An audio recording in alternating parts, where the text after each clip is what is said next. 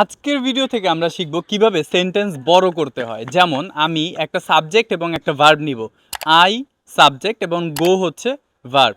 I go মানে আমি যাই, এটা কিন্তু আমরা সবাই বলতে পারি, বাট যখন এই সেন্টেন্সটা অনেক বড় করতে হয় আমাদেরকে, তখন প্রবলেমটা হয়ে যায়, তখন আর বলতে পারি না। তো আমরা যেভাবে বড় করতে পারি, আই গো আমি যাই, আমি কোথায় যাই, আমি স্কুলে যাই। সো এখানে আমরা স্কুলটা বলতে পারি আই গো টু স্কুল। এখন স্কুলে কখন কখন যাই? প্রতিদিন যাই। সো এভরিডে, প্রতিদিনের ইংরেজি কি? এভরিডে। তাহলে কি দাঁড়ালো? I go to school everyday.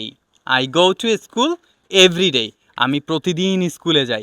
আরও যদি অ্যাড করতে চাই যে প্রতিদিন সকালে আমি স্কুলে যাই, I go to school everyday in the morning. এরপরে হচ্ছে আমি স্কুলে যাই, কিসে করে স্কুলে যাই? আমি গাড়ি করে স্কুলে যাই। আমি প্রতিদিন কি করে স্কুলে যাই? গাড়ি করে স্কুলে যাই। So I go to school everyday in the morning by কার।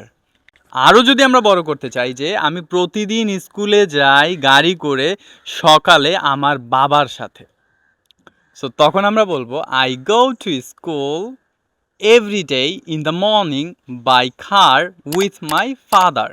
আমি আমার বাবার সাথে প্রতিদিন সকালে গাড়ি করে স্কুলে যাই। সো এভাবে কিন্তু আমরা শর্ট সেন্টেন্সেসগুলো আস্তে আস্তে লং করতে পারি। সো দেখতে থাকুন, শিখতে থাকুন, সলভ ইংলিশের সাথে থাকুন। আসসালামু আলাইকুম।